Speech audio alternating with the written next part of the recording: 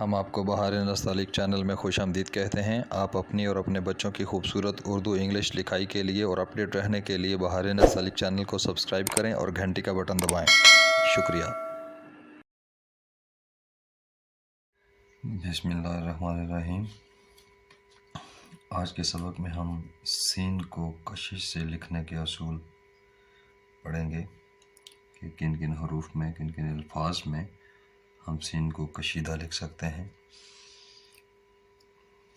تو سب سے پہلے ہم اس کا یہ پہلا رول سٹڈی کرتے ہیں، اور وہ یہ ہے کہ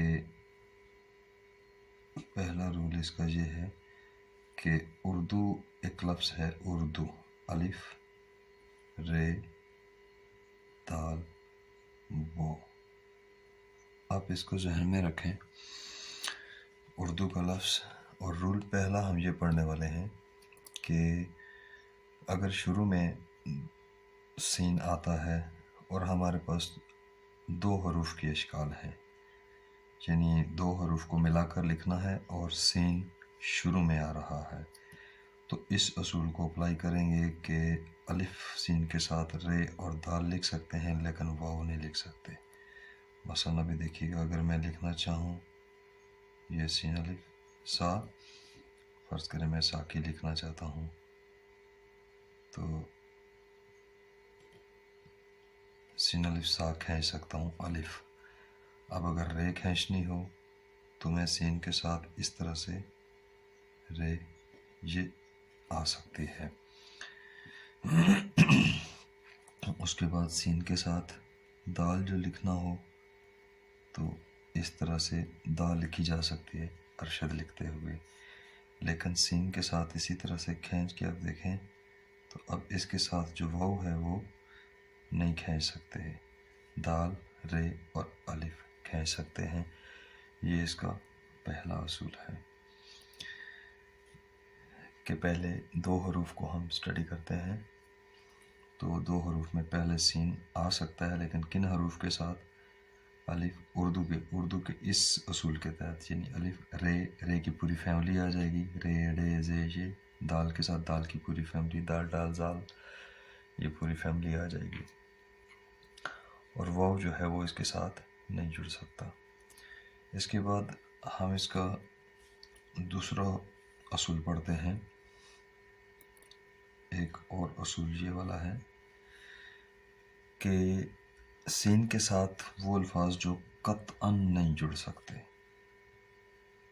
سین کے ساتھ سین اگر ہم کشیدہ لکھیں تو وہ کون کون سے اس کے بعد حروف آتے ہیں جو قطعاً نہیں جڑ سکتے، ہم ان کو سٹڈی کرتے ہیں۔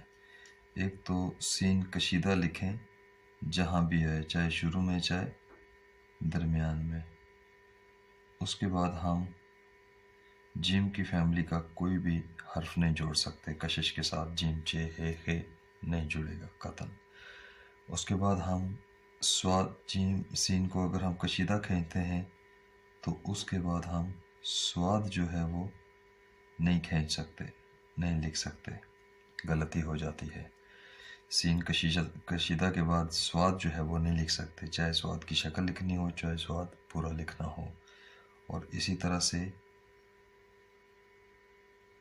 دعا جو ہے وہ یہ بھی نہیں لکھ سکتے۔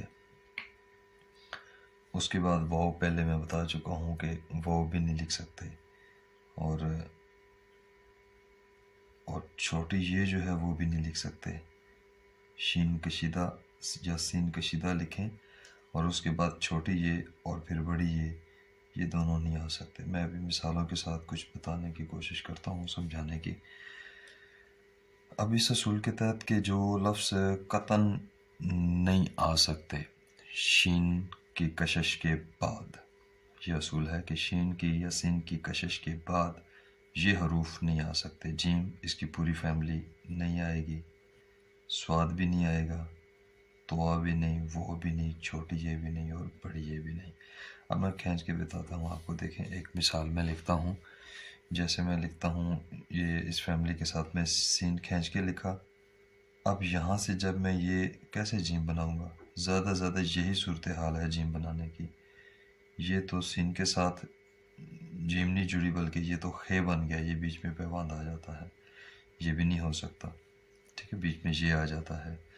اس کے بعد اگر شین کی کشش کے ساتھ، اب یہاں پہ میں سواد لکھوں تو سواد کیسے لکھوں گا، یہ اس کے ساتھ بالکل نہیں آ سکتا،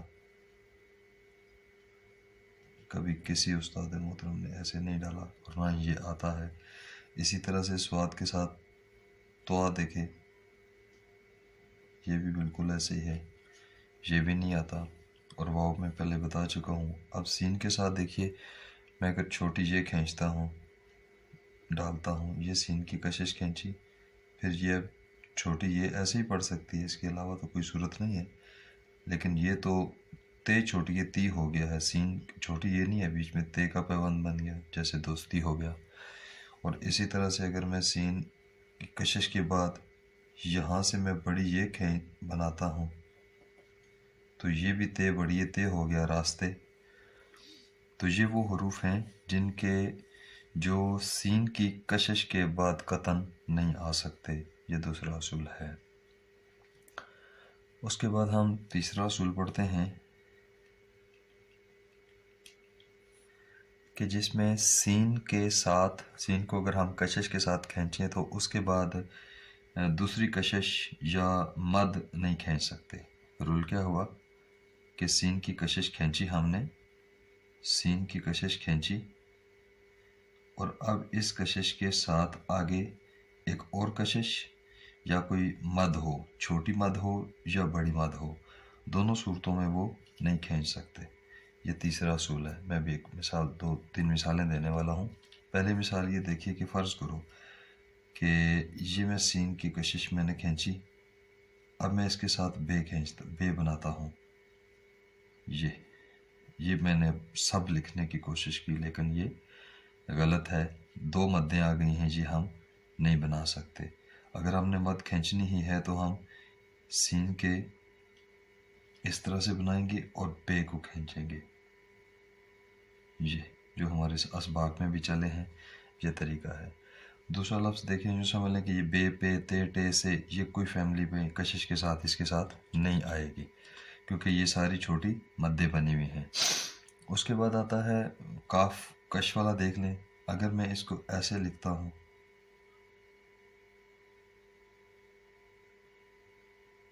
یہ غلط تو نہیں ہے، سین کشش ہو گیا، کاف، یہ بھی غلط نہیں، لیکن 2 مدوں کو اساتذہ نے ایک ساتھ نہیں لکھا ہے۔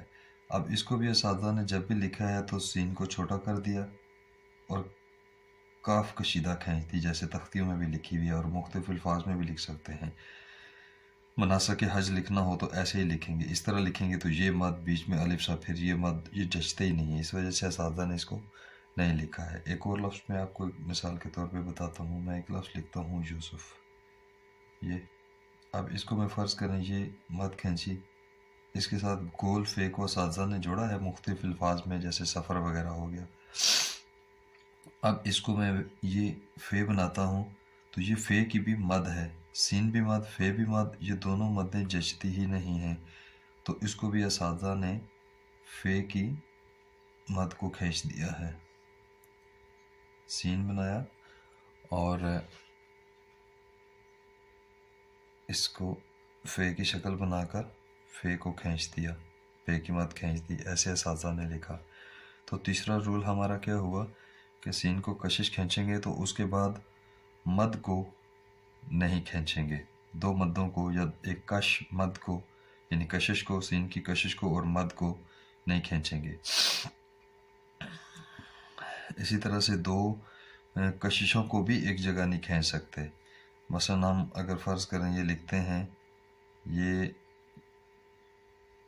ایک کش لکھی، کاف اور شین ہو گیا، اور اسی کے ساتھ اب سین دندانوں والا آنا چاہیے، لیکن ہم کہیں کہ اگر ہم اس کو شین کو ایک اور بھی کھینچیں، کشش کر دیں، تو اس لفظ میں بذات خود کوئی کشش نہیں رہتی۔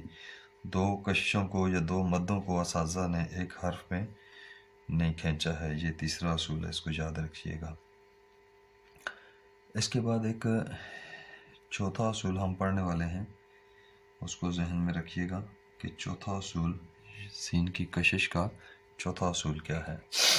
چوتھا اصول یہ ہے کہ 3